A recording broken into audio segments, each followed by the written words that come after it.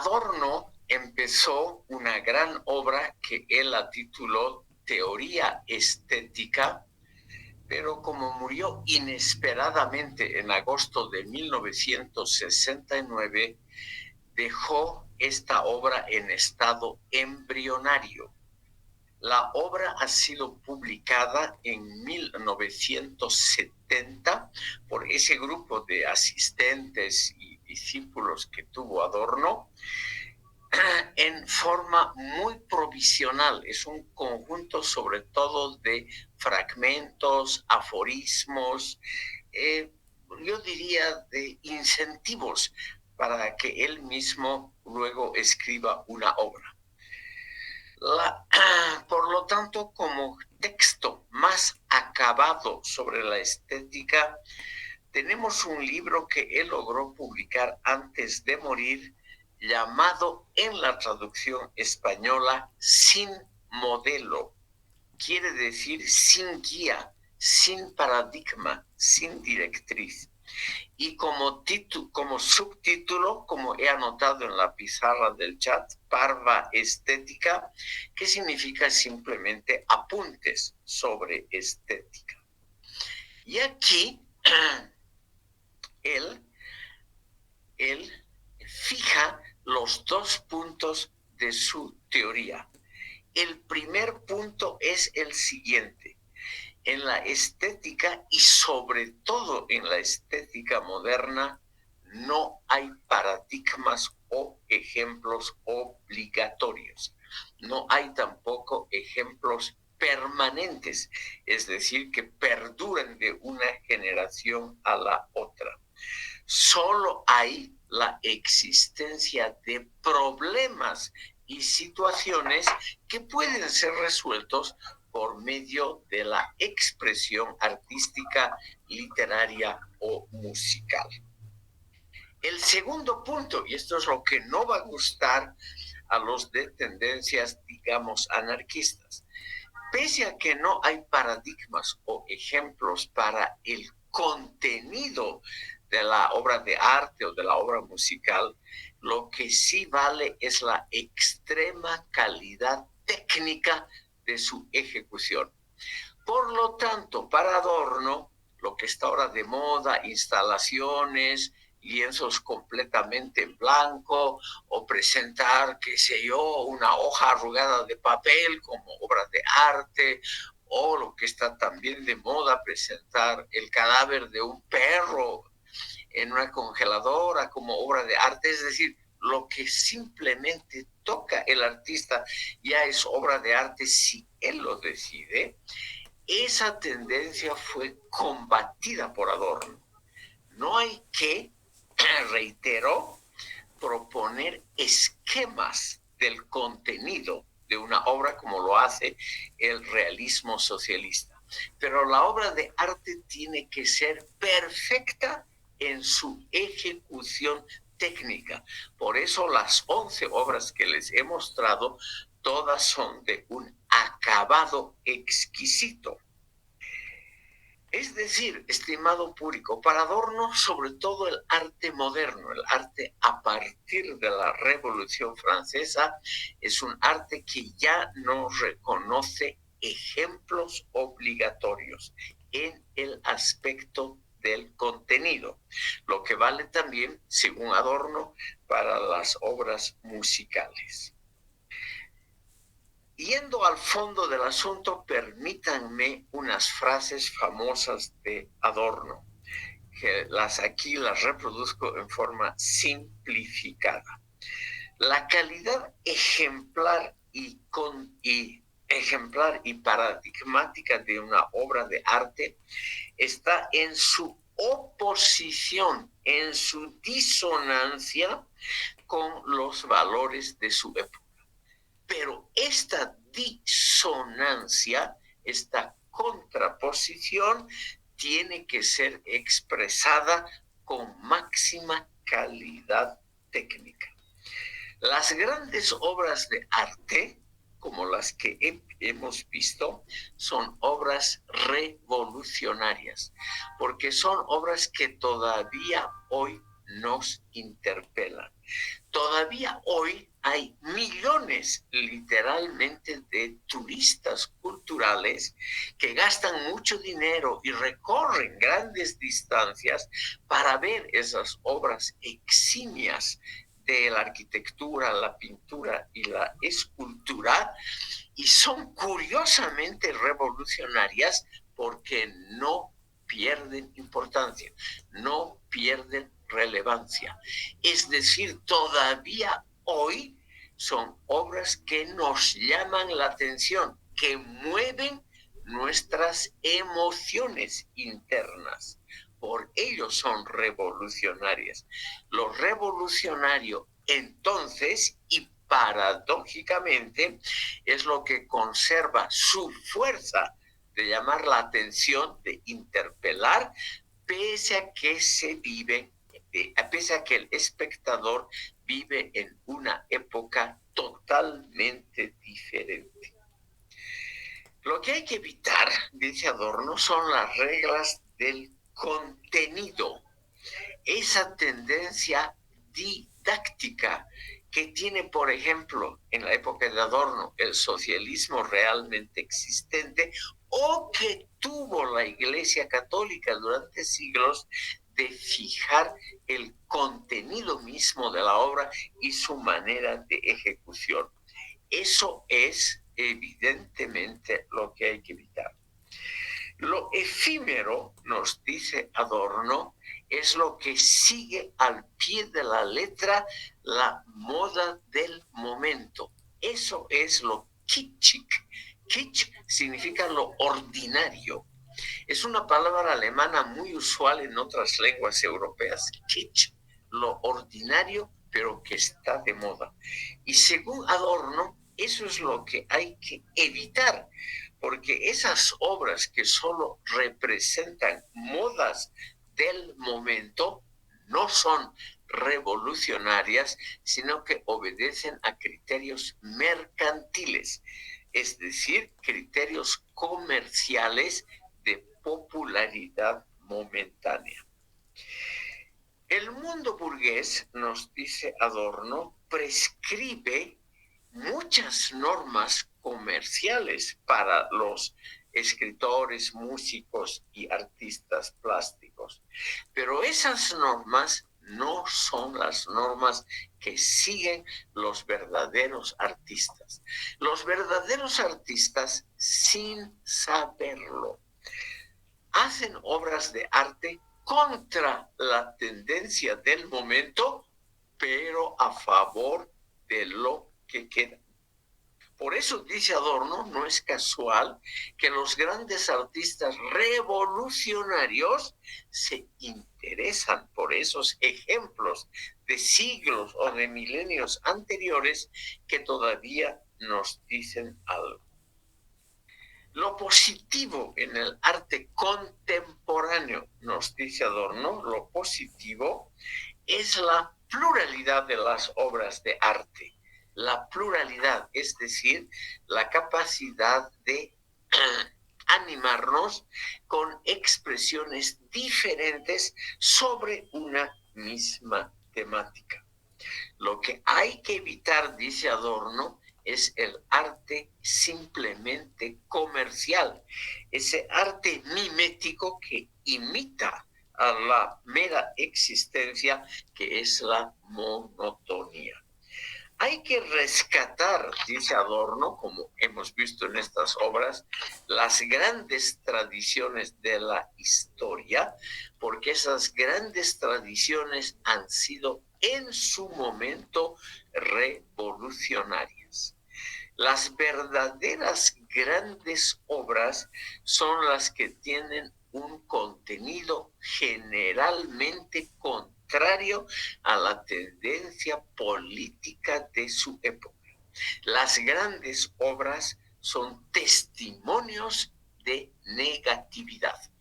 Esto es, estimado público, el fondo, se puede decir, de toda la estética adorniana. Las grandes obras son testimonios de negatividad, pero con un alto nivel técnico.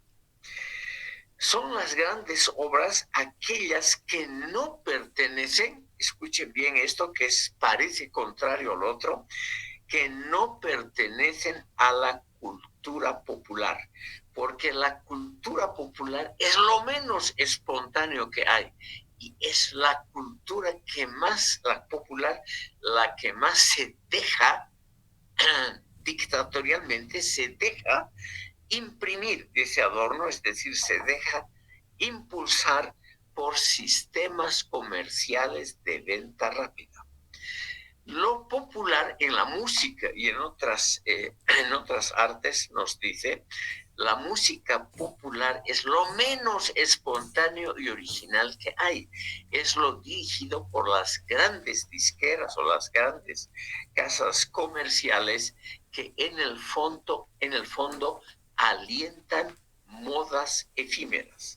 En cambio, las grandes obras son las que quedan, las que se rebelan contra su época, pero se rebelan con una calidad importante de factura técnica excelente, que es lo que aprecian las generaciones futuras. Y esto lo explica Adorno en este libro, en el caso del escritor checo Franz Kafka. Kafka, estimado público, es un autor que está de moda desde la década de 1920, o sea, tiene un siglo de vigencia.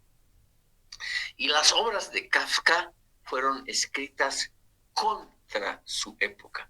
El proceso, el castillo, la metamorfosis, etc. Esas grandes novelas y los relatos kafkianos que están dirigidos, por ejemplo, contra la burocratización del mundo, es decir, con el hecho de que los seres humanos nos hemos convertido en meros esclavos de un aparato burocrático, en meras piezas bien aceitadas de la producción material. Eso, nos dice Adorno, es lo que Kafka critica. Por eso es que las obras kafkianas van a quedar para siempre como ejemplo de la más alta calidad estética. Las grandes obras, por ejemplo, en la visión de Adorno, son aquellas que no pueden ser clasificadas o entendidas con facilidad. Miren ustedes esta frase que obviamente puede ser mal entendida. Las grandes obras son aquellas que no pueden ser clasificadas o entendidas con facilidad. Las que se proyectan más allá de sí mismas, las que brindan sentido a épocas posteriores o a sociedades muy diferentes de la de origen. Por eso nos dice nos dice Adorno, Kafka ha llegado a ser un artista entendido en todas las culturas porque él en su época se adelantó a fenómenos modernos, como esas burocracias estatales que realmente dirigen toda la vida de la sociedad, no dejan márgenes para la acción individual y son las verdaderas triunfadoras de la modernidad, las burocracias. Y aquí, estimado público, en esta obra muy pequeñita, es un libro muy pequeño, La Parva Estética, Adorno nos dice algo muy interesante en La Parva Estética. Las burocracias van a dominar el mundo, como lo ha predicho Max Weber, el contrincante, se puede decir, de la Escuela de Frankfurt. Nunca le tuvieron mucha simpatía, pero no hay duda que han copiado muchos de los argumentos centrales. En su defensa de Kafka, Adorno claramente adopta ideas que provienen del gran sociólogo Max Weber y de su crítica de la famosa figura la jaula de hierro de la servidumbre, que es una burocracia altamente organizada.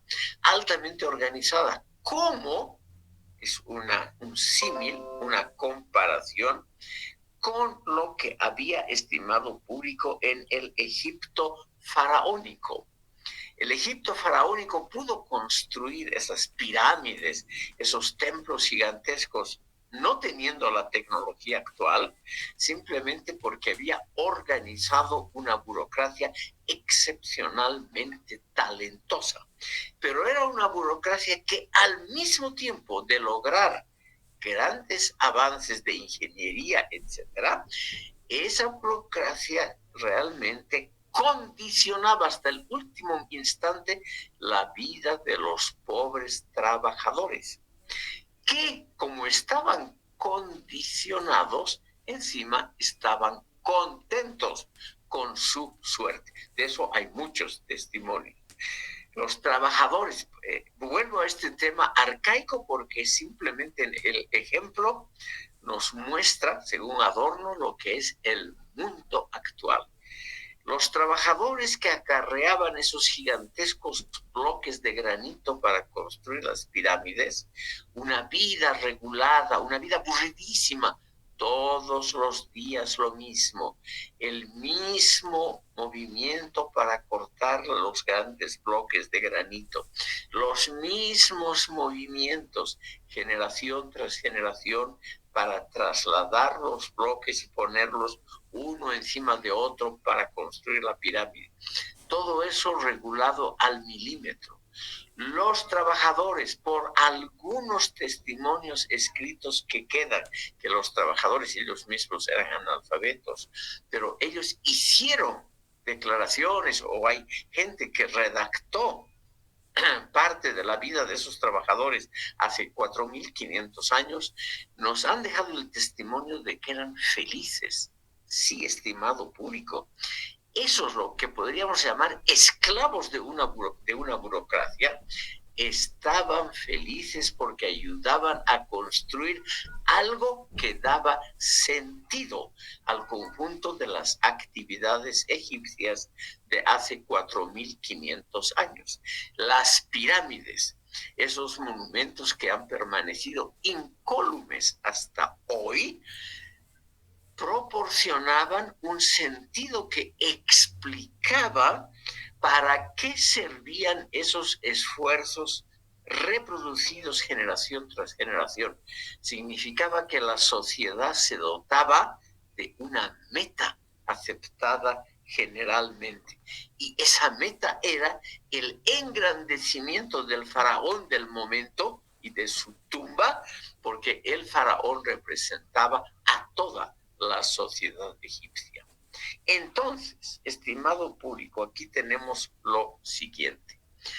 Esa burocracia, al construir esas gigantescas obras de arte, como son las pirámides, los grandes templos de Karnak, Luxor y Abu Simbel, que hoy son visitados literalmente por millones de turistas culturales, esas obras han costado sangre, sudor y esfuerzo a millones de personas, pero esas personas han muerto más o menos felices porque creían que construían algo que iba a perdurar en los siglos y que le daba un sentido positivo a su existencia.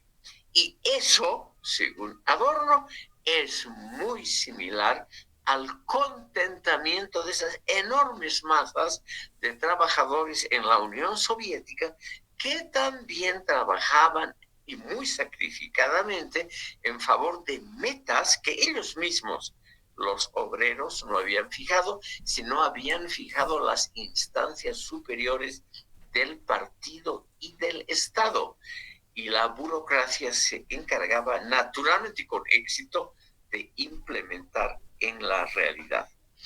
Es decir, esos trabajadores también en la Unión Soviética han muerto felices, según Adorno, creyendo que su labor era indispensable para construir esa industria pesada, la modernización de la sociedad soviética, que iba a quedar por generaciones como algo que daba sentido al sacrificio individual. Entonces, estimado público, ¿cuáles son las obras de arte verdaderas, las que critican ese sentido común? Como las críticas a la burocracia que están en casi todas las obras de Franz Kafka. Las que tienen, estimado público, las que tienen un elemento de protesta. Esas son las obras que quedan para la eternidad y es lo que no puede ser, realmente clasificado claramente, sino solamente puede ser vislumbrado, avisorado en las grandes obras de arte. Kafka mismo, es la idea de Adorno, Kafka mismo no sabía de su grandeza. Él murió muy joven, murió siendo un escritor prácticamente desconocido.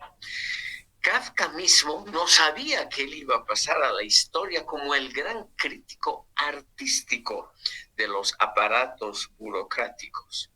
Pero, curiosamente, este Franz Kafka es el que ha sobrevivido a su época y es comprendido por todas las sociedades de todo el mundo, porque la burocracia es un fenómeno universal. Ese es, estimado público, el mensaje de la estética de Adorno. Permítanme ahora, estimado público, pasar a esa obra póstuma de 1970 que se llama La teoría estética. La obra, como les dije, ha quedado totalmente inconclusa. Adorno mismo pensó que sería su obra mayor, porque por medio de la estética, Adorno quería, en el fondo, transmitir una nueva filosofía.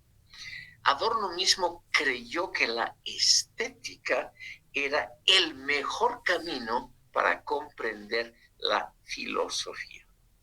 Es una teoría, obviamente, entre otras, que puede ser criticada, estimado público. Yo mismo no sé si es la verdad absoluta o no, eso yo ignoro completamente.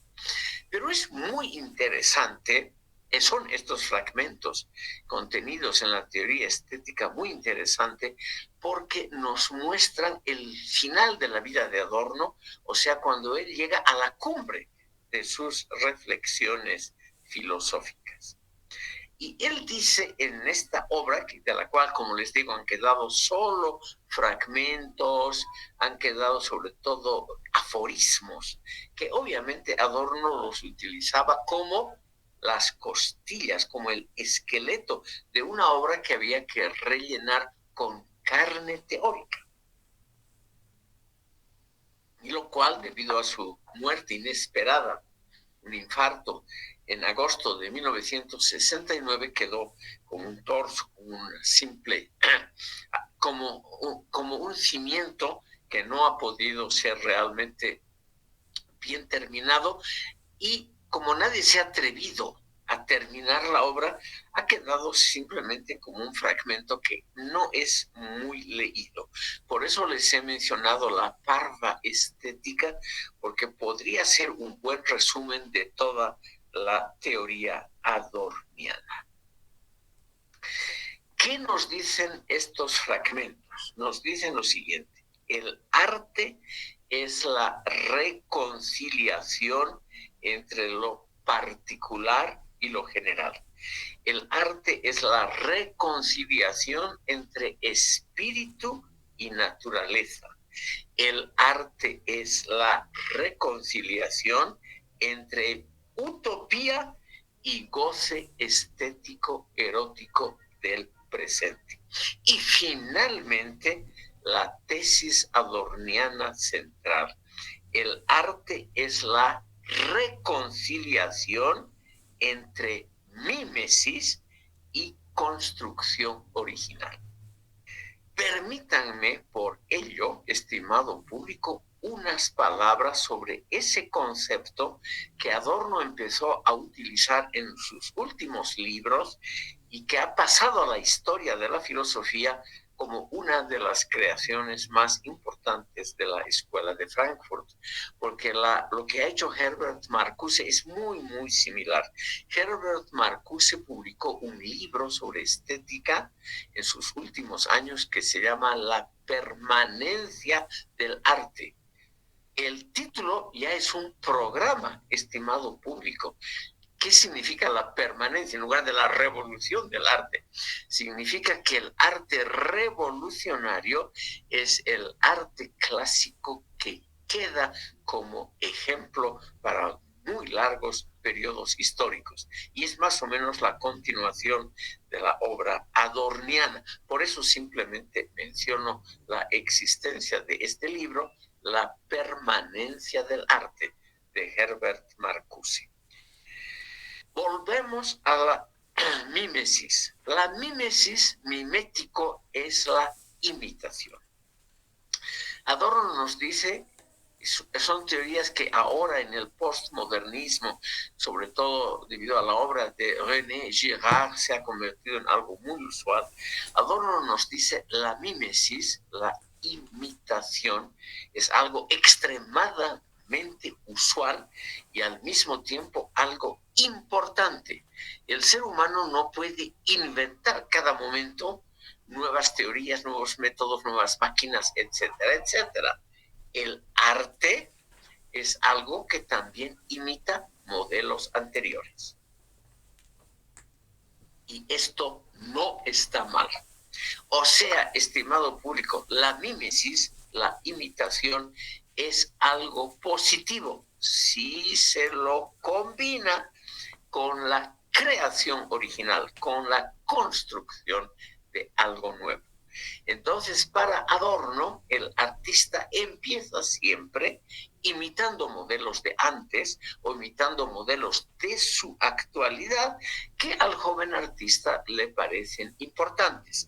Lo mismo los escritores y lo mismo los filósofos y los cientistas sociales. Imitan modelos.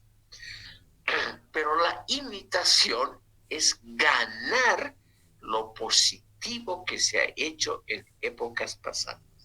O sea, la imitación no es algo despreciable, no es algo, estimado público, de lo cual haya que arrepentirse. De ninguna manera, estimado público.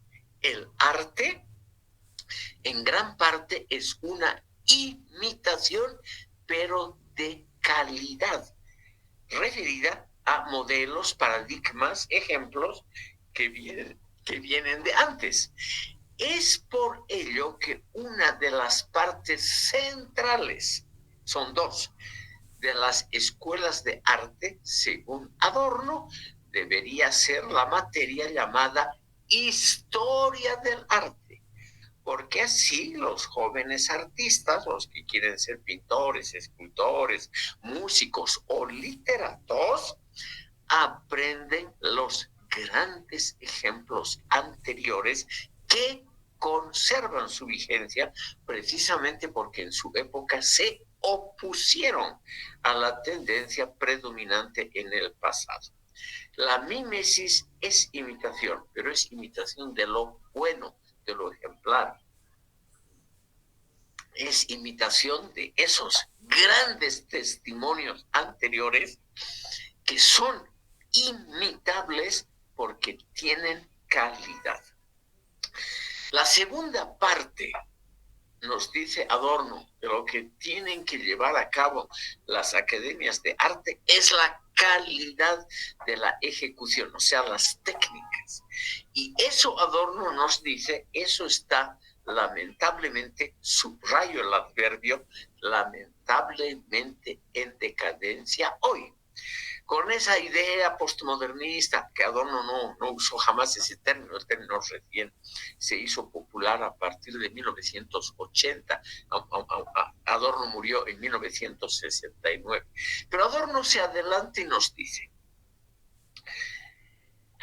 el arte fácil, que él también lo vio, por ejemplo, un lienzo completamente en blanco, pero firmado como gran obra de arte, o una pintura, un lienzo completamente en negro y firmado como obra de arte, o una instalación, unas pititas, unas cuerdas de colores que creen ser una gran cosa, ya había en la época de Adorno, o ya había también exponer el cadáver de un ave como si fuese una obra de arte. Todo eso nos dice Adorno, no es arte, sino es provocación, porque le falta el segundo elemento, ese segundo elemento que las academias de arte, las escuelas de arte han descuidado, las técnicas adecuadas de alta calidad para producir arte. Por lo tanto, estimado público, y en esas técnicas, curiosamente, en el dominio de esas técnicas del arte es donde se vislumbra el elemento esencial, igual que la mímesis, que es la creación original, la construcción de algo nuevo en arte, literatura o música. El arte, entonces, nos dice Adorno, es la antítesis del orden social, especialmente del orden social represivo.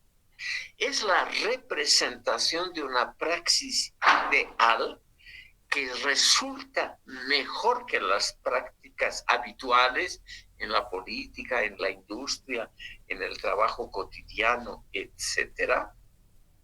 Porque, estimado público, lo importante, lo esencial en la estética adorniana es esa conjunción que ya hemos mencionado y que la repito por su extremada importancia. La conjunción entre lo particular y lo general, entre el espíritu y la naturaleza, entre la utopía y el goce actual, y sobre todo entre la mímesis, la imitación y la creación de algo original. Ahora bien, estimado público, la obra de arte para Adorno es una construcción racional. ¿Por qué?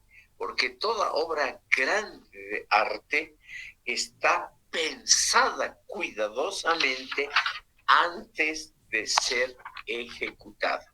La gran obra de arte, pese a la disparidad de sus elementos, lo que se nota según Adorno en la música moderna, la gran obra trata de conciliar elementos que nos parecen dispares.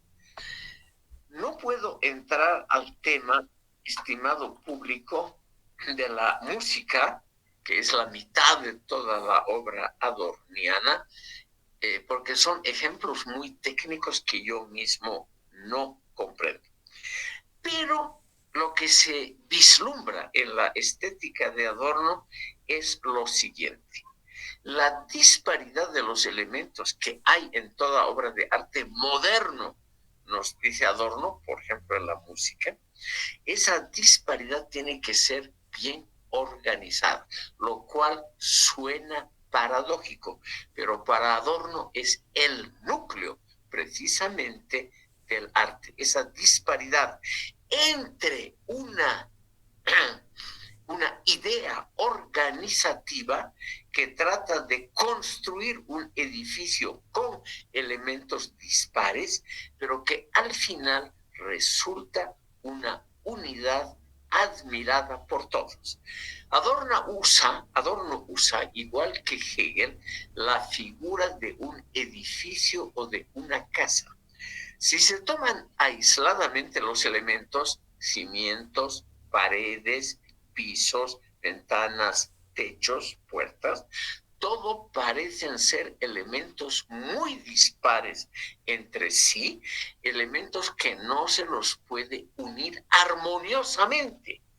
Pero nos dice Adorno, lo que hace un gran artista con esos elementos dispersos, por ejemplo, un gran arquitecto, es crear una obra de arte donde cimientos, paredes, techos, etcétera, están unidos, esa es la labor del artista, el unir, el reunir, el combinar elementos dispersos, y el resultado es, por ejemplo, un edificio estéticamente aceptable o hasta estéticamente admirable, que luego pasa a ser un referente, por ejemplo, de la arquitectura. Entonces, la gran labor del artista es una labor constructiva.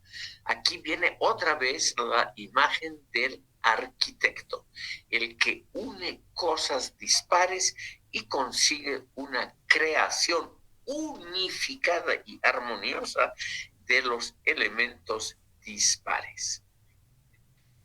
¿Qué nos dice Adorno? Esa labor de la unión, de la disparidad, es la más difícil. Por eso es que el artista verdadero tiene que estudiar la historia del arte, tiene que estudiar lo que se hizo antes, porque en la inmensa mayoría de los casos, lo que se hizo antes sirve para la construcción moderna. Sí, estimado público, es una idea muy interesante la de Adorno. La ocupación con el pasado tiene importancia para el futuro. Es una idea que se la puede encontrar hasta en la filosofía indianista de la región andina. Por eso les menciono yo a ustedes esta idea. El estudio del pasado, de los antecedentes, de las técnicas artísticas, etcétera, etcétera, es un elemento importante para la construcción de aquellas obras que van a brillar y perdurar en el futuro. La organización de toda obra de arte, la organización estética, tiene antecedentes siempre en el pasado. Por eso la mímesis, la imitación, tiene su gran valor. Lo que hay que añadir, dice Adorno, es la chispa de la originalidad. Y eso no se puede predecir, no se puede ordenar. El artista mismo no se puede ordenar diciendo, ahora hoy es el día en que le doy el último toque a mi obra, que es la creación original. Eso tiene que salir de la misma obra, para lo cual no hay reglas, ni doctrinas, ni manuales que se puedan utilizar. Vuelvo al comienzo, rápidamente, estamos por terminar, estimado público, antes de pasar a nuestro tema absolutamente final, que es una crítica de la filosofía y de la persona de Adorno. Pero volvemos un instante al final de la estética adorniana. En los fragmentos que componen esta obra, uno de los más conocidos es el que nos dice: el arte tiene un carácter siempre doble. Por un lado, es el estudio del pasado y la utilización de lo hecho anteriormente, de lo hecho como antecedente válido. Y por otro, es la creatividad del artista, y esa creatividad es un consejo para ustedes artistas. Esa creatividad se consigue a veces, dice Adorno, subrayo, a veces, por la denuncia de los males del presente. O sea, la creatividad no es algo que se pueda ordenar, pero el artista puede inspirarse a ser realmente creativo si denuncia las imperfecciones del presente. Y en el campo, por ejemplo, de la literatura, está naturalmente la denuncia de los fenómenos de explotación, sometimiento a la sociedad o a la burocracia y tener que hacer obligadamente lo que los otros nos quieren imponer. Las obras de arte, dice Adorno, son testimonios de la historia que conserva la promesa de bienestar, porque nos dice la historia del arte es una historia inconsciente, pero fidedigna, confiable, de los esfuerzos humanos de protestar con inspiración creativa. O sea, una cosa es la política y la sociología, las ciencias sociales que protestan contra el pasado reciente o contra lo contemporáneo y protestan con los elementos, con los mecanismos y con las herramientas del presente. Pero nos dice Adorno, el arte tiene un elemento adicional. Los grandes artistas son los que conocen su presente y han estudiado el pasado. Pero se les ha ocurrido, eso no se puede predecir, ni regular, ni conseguir obligadamente esa inspiración, el toque divino de los artistas, pero se lo puede conseguir más fácilmente protestando. Así que, estimados oyentes, aquí hay un consejo a los artistas entre ustedes. Se consigue a veces, no es ninguna regla, es solamente una ocurrencia, como el mismo Adorno dice, una ocurrencia. Se consigue inspiración simplemente en términos relativos más fácilmente mediante la protesta. Cuando uno denuncia, cuando uno critica, cuando uno protesta contra algo, por ejemplo, contra la burocracia, entonces uno a veces ahí encuentra la llama de la inspiración divina. Un ejemplo. Tal vez ustedes, estimado público, han escuchado hablar de un premio Nobel de literatura, un premio Nobel ruso, Alexander Solzhenitsyn.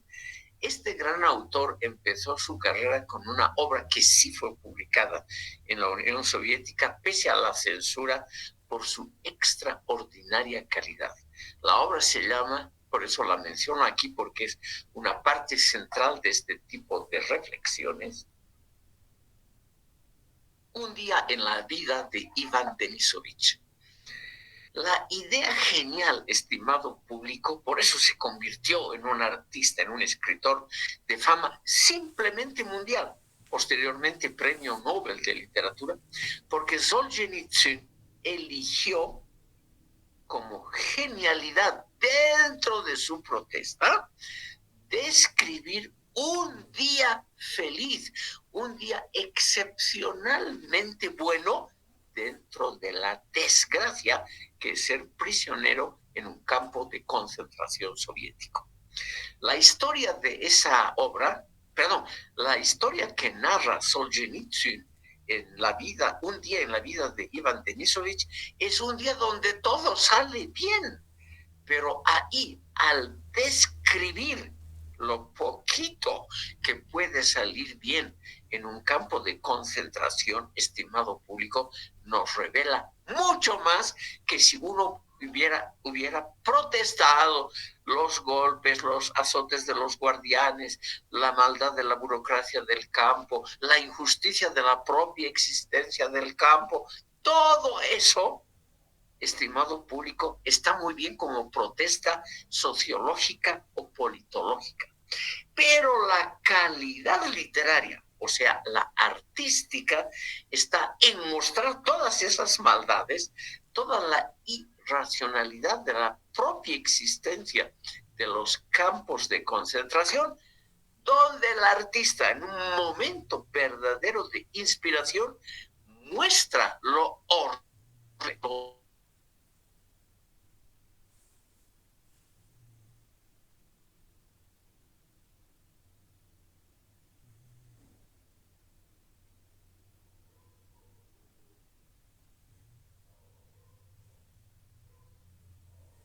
literaria. Esa eficacia literaria, estimado público, se consiguió justamente mostrando algo que sale bien. En ese día el prisionero no fue golpeado, en ese día el prisionero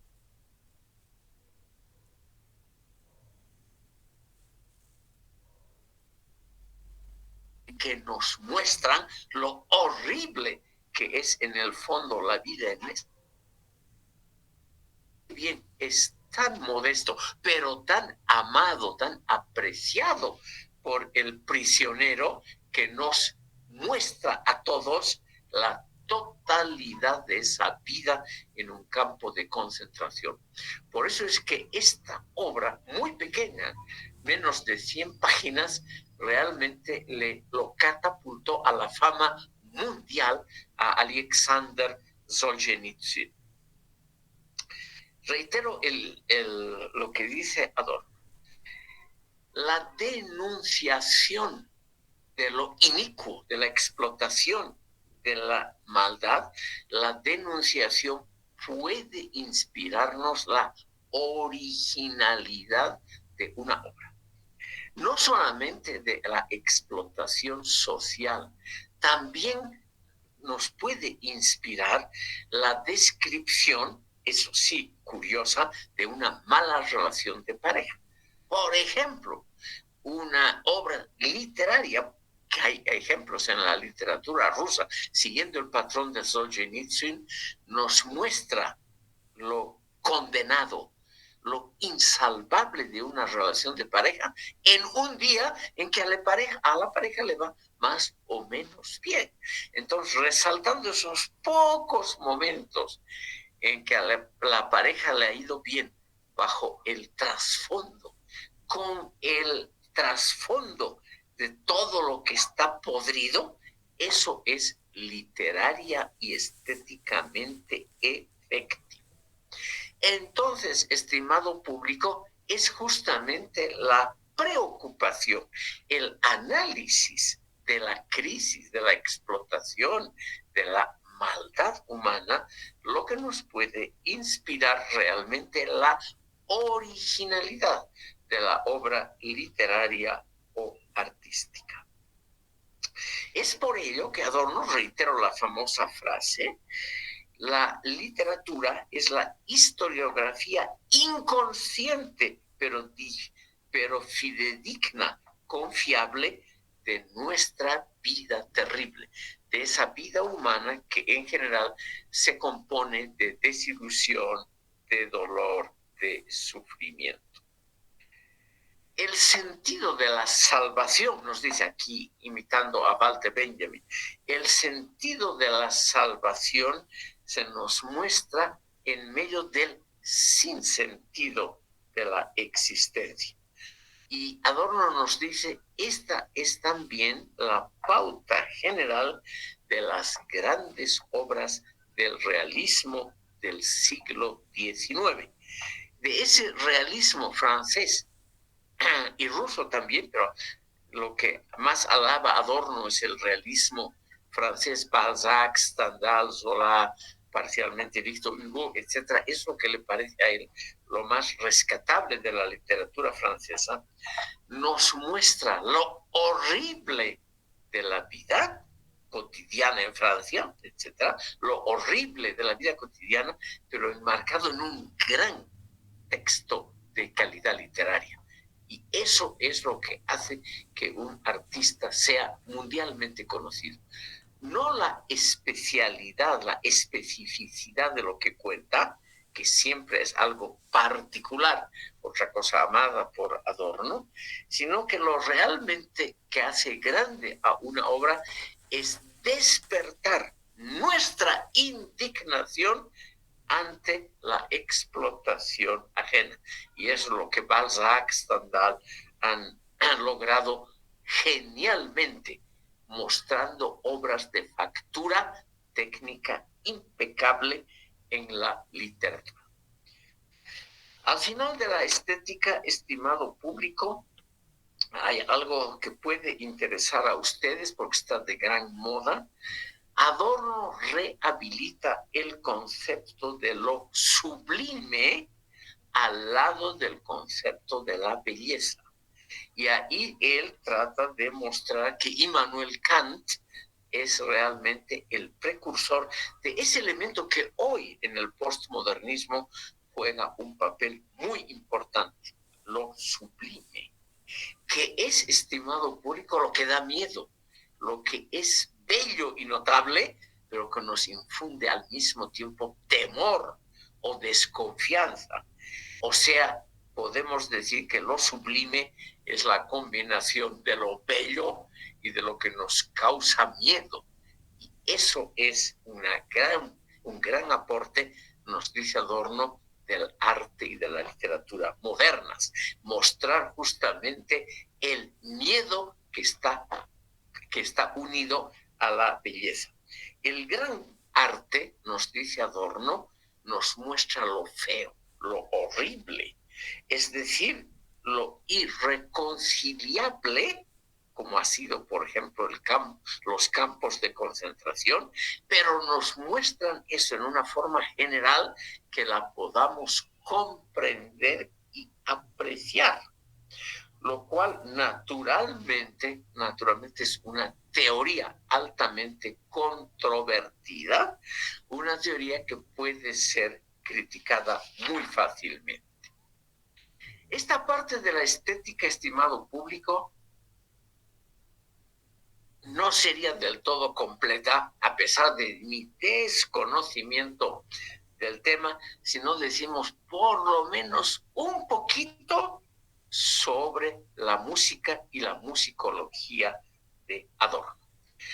Por suerte, estimado público, Adorno antes de morir, publicó un pequeño librito con un título muy breve, muy escueto, que se llama Impromptus. Esa palabra latina, impromptus, significa lo improvisado, la improvisación. En la música romántica de la primera mitad del siglo XIX, Schumann, Schubert, etc., el impromptus, también Chopin, era algo muy usual. Es una pequeña improvisación de alta calidad musical, pero de tiempo muy breve. Es, por ejemplo, lo que los artistas hacían cuando el público les pedía uno más, un bis, una repetición, o les pedía una improvisación breve, cuando había terminado la parte central de un concierto. Eso es el impromptus. Nos dice Adorno en esa pequeña obra, publicada en 1968, o sea, antes de su muerte, donde él resume toda su teoría musicológica, y por eso creo que hay que mencionarla. Adorno nos dice, la música, como todo arte, tiene una parte popular, una faceta que es amada por el público. Y esa faceta son las melodías que muchas veces acompañan la propaganda. Es decir, que acompañan el acto de dar a conocer valores comerciales. Tal vez eso hoy está un poco en decadencia, pero en la época de Adorno, una buena propaganda de autos, lavadoras o de lo que sea, Adorno tenía especial antipatía a los electrodomésticos. Esas propagandas exitosas, por ejemplo, de electrodomésticos, contenían muy a menudo una melodía musical pegajosa. Y eso es, según Adorno, lo que lamentablemente ha desvalorizado toda la música, porque la ha popularizado en el sentido negativo de vulgarización. O sea, esas melodías convertidas en algo mercantil, en algo comercial, es, según Adorno, lo que realmente ha producido, por un lado, la muy exitosa industria de la música como acompañamiento de la propaganda, o sea, como mero acompañamiento, pero al mismo tiempo es lo que ha desvalorizado la verdadera creación artística. ¿Por qué? Porque el artista musical que compone esas pequeñas melodías pegajosas para la industria de la venta, de la industria mercantil, eso es lo que ha convertido a toda la música en un mero apéndice del negocio, en un mero apéndice del dinero. Y eso es para Adorno lo lamentable. ¿Qué es lo que Adorno trata de salvar? Lo mismo que hemos visto ahí, pero aplicado a la música. La gran música, nos dice Adorno, y es la parte obviamente más controvertida, la gran música es aquella que no fue comprendida en su momento en toda su calidad. Con los famosos ejemplos de la vida desgraciada de 2 o 3 grandes autores musicales, como fueron Mozart, que murió muy joven y pobre, y Beethoven, que murió sordo, pobre y en sus últimos años desconocido. Entonces, Adorno nos dice o nos hace entender por qué esa gente fue incomprendida, por qué la música hoy extraordinariamente popular de Mozart y de Beethoven, por qué esa música en su momento no fue comprendida. Adorno nos da la siguiente clave. Esa música era una protesta contra el estado de cosas de su momento. Esta explicación, estimado público, puede parecer paradójica, contradictoria, nos puede parecer irracional, porque, por ejemplo, la música de Mozart, casi en su totalidad, tal vez con excepción del Requiem, la última obra que él compuso, la música de Mozart es una música galante, agradable, fácil, una música que se deja memorizar fácilmente. Pero Adorno nos dice, es que Mozart no quería gustar, él quería componer una música que represente la promesa de bonheur, o sea, la promesa de bienestar, que es obviamente la música galante, simpática, agradable, melodiosa, armónica, erótica. Esa música es lo que no existe, representa lo que no existía en su momento. Ese es el núcleo de la teoría musical adorniana.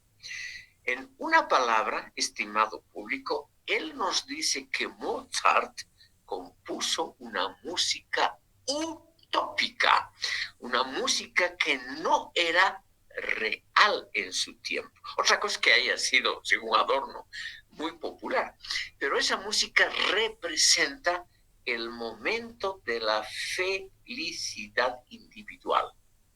Esa música alegre, galante y erótica, según Adorno, constituye lo que nosotros nos imaginamos por un momento de felicidad. Y eso en la sociedad feudal aristocrática en la cual vivió Mozart no era posible, por lo menos para la mayoría de la gente. Y Adorno nos dice, Mozart era un ejemplar realmente en vida, nos dice, infeliz. Un tipo que tuvo una vida trágica y desgraciada, tanto en la esfera íntima, familiar, como en la comercial dedicada al gran público. Un desconocido en una palabra, según Adorno. Pero él compuso esa música donde no se nota el sufrimiento, donde no se nota el patetismo de la existencia cotidiana, porque Mozart nos pintó algo para el futuro. Él sufriendo hambre, desconocimiento, falta de prestigio y demás, él escribió una música para nuestro futuro feliz o para el futuro feliz de la humanidad. Y por lo tanto, dice Adorno, es una parte muy controvertida, esa música galante y erótica no es un reflejo del siglo XVIII, del siglo de las luces, sino que es un reflejo de lo que debería ser el futuro. La música, nos dice Adorno, en el fondo es un arte histórico filosófico. Nos dice textualmente. La filosofía, nos dice, que está contenida en las grandes obras musicales del pasado, es una anticipación utópica de un futuro feliz que todavía no se ha logrado. Mozart, por lo tanto, sería un utopista, como Platón, como Tomás Moro, como los grandes utopistas del pasado que recrean una utopía, es decir, algo que no existe, un no lugar, algo que no existe todavía, pero que podría existir. Entonces, la música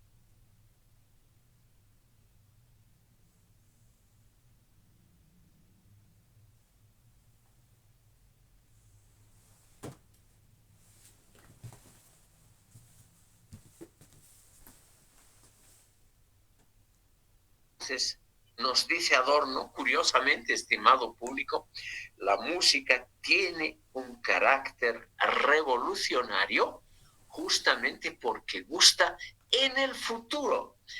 La música ha sido escrita para otra época de la en la que ha vivido el compositor. La música, nos dice entonces Adorno, es la representación de esa felicidad que todos queremos y que pocos logramos. La vida musical pública, continúa Adorno, la ópera de su época, los conciertos, los coros, la fabricación de discos, que en esa época ya era inmensa, un gran negocio.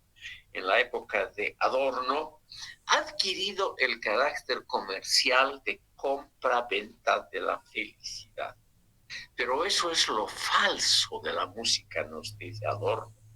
Eso es realmente la parte desagradable de la música. Se lo puede criticar muy fácilmente porque no hay otra forma de reproducir música que no sea en conciertos, coros, óperas o por medio de discos. Pero Adorno nos dice, la verdadera música es la que uno mismo se compone para uno mismo. Esa es la gran música original. Claro, él lo pudo decir porque él era compositor, pero el poquísimo éxito de la música adorniana, yo he tenido que escuchar algunas piezas de Adorno aburridísimas, pero según Adorno, tienen el siguiente mérito. Él era feliz componiendo esa música. Él se trasladaba, eso lo ha puesto por escrito, en el momento en que él componía esas cosas que a nosotros, a mí, me parecen tan extraordinariamente aburridas, él estaba absolutamente feliz. Adorno estaba en éxtasis cuando se sentaba al piano y componía sus cosas que evidentemente jamás han tenido un carácter comercial mercantil. Él mismo nos dice, era una actividad absolutamente autónoma. Yo era absolutamente feliz sabiendo que eso tal vez no llegue a ser popular, pero yo era la encarnación de la felicidad escuchando esos acordes que a mí me parecían divinos. O sea, estimado público, uno puede construirse a sí mismo un momento de felicidad, un ámbito de placer, si uno es artista, aunque sea en las cuatro paredes de la propia casa y uno no tenga ninguna actividad pública. Adorno cierra este libro Impromptus con una crítica durísima, estimado público, a la música que se ha convertido en comercio. Y hay que reconocer que las grandes óperas de ese momento, los festivales de los festivales de música, por ejemplo, que todavía existe ese gran festival de Salzburg, que era extremadamente popular para la alta sociedad. Adorno nos dice, la música se ha convertido en el acompañamiento exterior de la diversión de baja calaña, o sea, de la diversión de baja calidad, que también es parte de la vida de los ricos. Los ricos también se divierten con composiciones de baja calidad. La verdadera gran música, dice Adorno, es la que uno construye solito para sí mismo. Estimado público, no puedo lamentablemente brindarles una idea más compleja. También han quedado fragmentos de una obra inconclusa que Adorno tituló simplemente Beethoven y que iba a ser no una biografía, sino un examen musicológico de la obra de Beethoven, y ahí Adorno quería demostrar que este gran compositor era un revolucionario social, o sea, un hombre que mediante su música protestaba contra el estado de cosas de su época. Como yo entiendo poquísimo de música, estimado público, no me atrevo a hacer un juicio. A mí la única ópera que ha compuesto Beethoven, que se llama Fidelio, me parece aburridísima. Es decir, no encuentro ningún elemento estético, erótico o algo así que sea una especie de anticipación de la felicidad futura en un estadio político revolucionario, como escribe Adorno.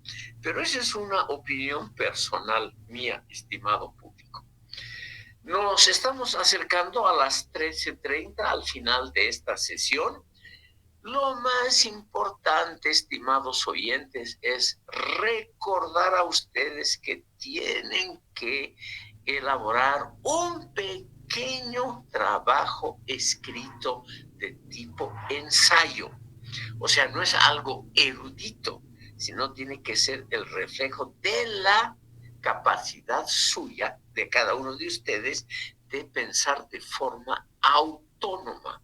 Por ello es que aconsejo no copiar trozos de internet o de utilizar la inteligencia artificial, porque eso da una forma estandarizada, normada de lo que puede ser la originalidad, y se nota inmediatamente porque se lo puede revisar que son en el fondo normas colectivas. Por ello es que aconsejo a ustedes intensamente, créanme, que hagan un esfuerzo de reflexión absolutamente propia, aunque la redacción no sea excelente, aunque las ideas no sean las más brillantes.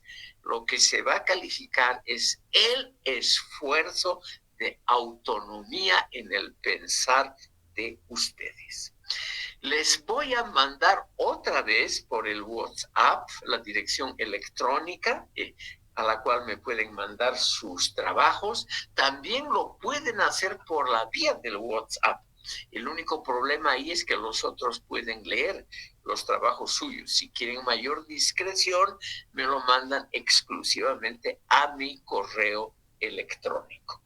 La última sesión que vamos a tener el jueves 19 de junio, estimado público, a esta misma hora, va a ser una crítica de Adorno, de la obra, y también unas cuantas pinceladas a la persona de Adorno. Eso va a ser el contenido de la última sesión. El más famoso de los alumnos de Adorno, Jürgen Habermas, es el que más ha criticado a su maestro, repitiendo el caso de Aristóteles con respecto a Platón. Ese tema va a ser el de la próxima y última sesión. No se olviden que tengo que presentar la planilla de notas el 20 de junio o fecha casi igual, el lunes siguiente al 20 de junio.